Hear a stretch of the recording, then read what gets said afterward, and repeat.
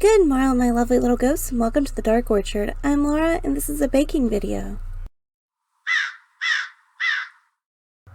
As I said in my intro, this is a baking video. More specifically, today we're celebrating Daniel Preda's birthday, which is the day after this video posts as the time of this video posting, by baking a pecan pie.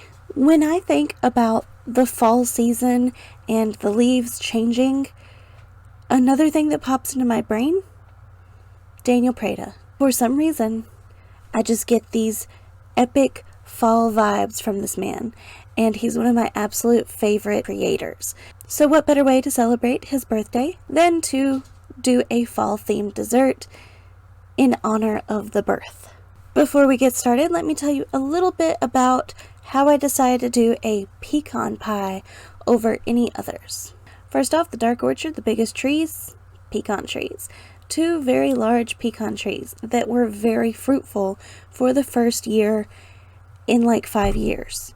So I've got gallons upon gallons upon gallons of pecans. So I spent the last week sitting on the couch cracking open pecans to make this pie.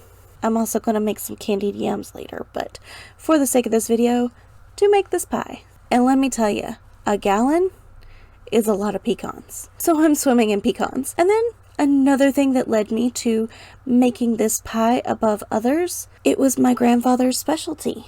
It was the Papa Watson pecan pie. So we're making the Papa Watson pecan pie. Before the Dark Orchard belonged to me, it belonged to my grandfather's father, and the pecan trees were a staple. So pecans have been a staple in our family for many a year. So without further delay, let's get started. Let's jump into that pecan pie. So this is how you make the Papa Watson pecan pie. You need a bag of pecans that you then sit on the couch and crack until you have at least a cup of pecans. So first ingredient, fresh pecans. The next ingredient is 1/4 cup of melted butter. Then you want a whole cup of semi-sweet chocolate morsels, and then 1/4 cup of granulated sugar with a little bit of brown sugar peppered on top. There's no exact measurement to the brown sugar part. You just kind of put a layer over the granulated sugar. As with many old recipes, there's just not that much measuring to it. There we go, that's a sufficient amount of brown sugar. You'll also need maple and vanilla extract. The key ingredient, 3 eggs. And then your final ingredient is a whole cup of corn syrup. So first thing I'm going to do is crack the eggs and put them in the bowl. 1 egg, 2 egg, and 3 egg. Now we're going to move this out of the way and wash our hands. Next, I'm going to continue with some wet ingredients, and I'm going to use the extracts. So you want 2 drops of maple, and then a little splish of vanilla. So now our next ingredient is our most sticky ingredient and what we need the most of. I used to hate when my grandpa would fix this and I would have to deal with the Karo syrup. Love the way it tastes, hate the way you have to deal with it. So we use Karo syrup and red food coloring, and it tastes very nice, especially when you have to do take after take after take and your mouth starts to feel numb. It's nice to at least have a good flavor. I'll eventually get this open. Maybe I should stab it.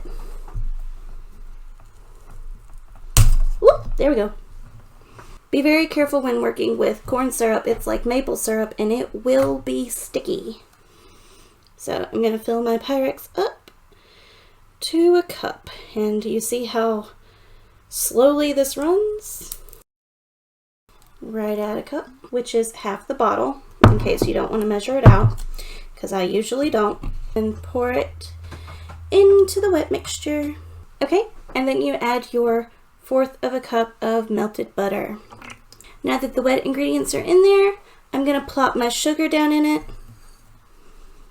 Remember, that is a 1/2 cup of granulated sugar and just a little topping of brown sugar. And then the chocolate morsels. And finally, the star of this video, the pecans, all of which I cracked myself. So before I mix all of that, I'm actually going to open the pie crust. Yes, I bought a store-bought pie crust. Don't come for me. This is not the Reclusive Dragon. But speaking of, please check out Caroline's channel, The Reclusive Dragon. I'll link her at the end of this video. And I know most pecan pies come with a regular pie crust, but my grandpa never really liked a regular pie crust, and neither do I. So this is a graham cracker pie crust, because I think the chocolate and pecans just taste so good with graham cracker. So I've got that ready to be filled. Now I'm going to hook up my mixer and mix all this together into a nice crust. By the way, my mixer has no chill. It goes straight from off to full blast. Even though it has 1 through 6, they're all exactly the same. So this will probably be dubbed over.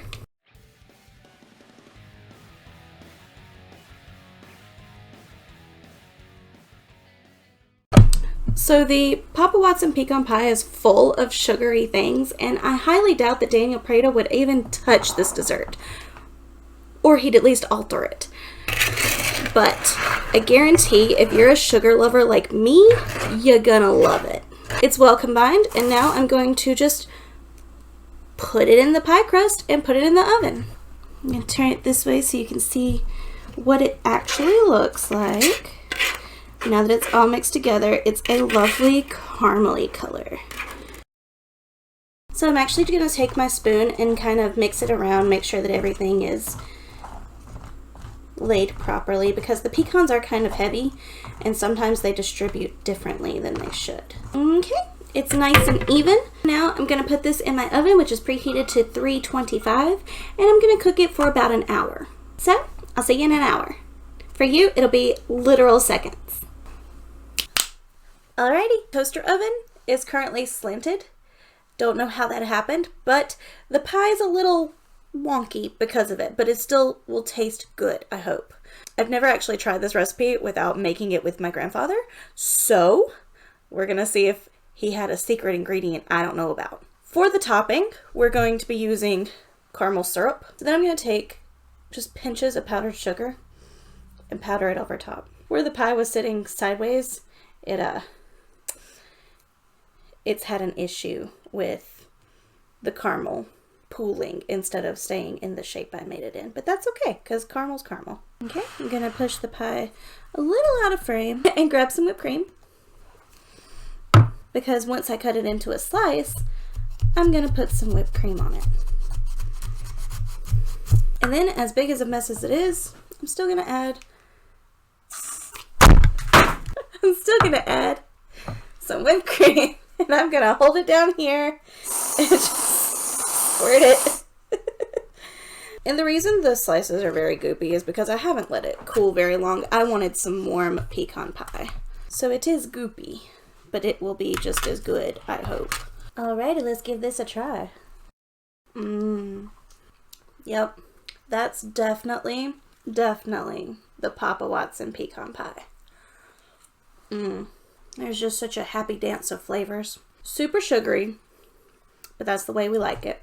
When I make stuff, it's usually just a big clump of sugar.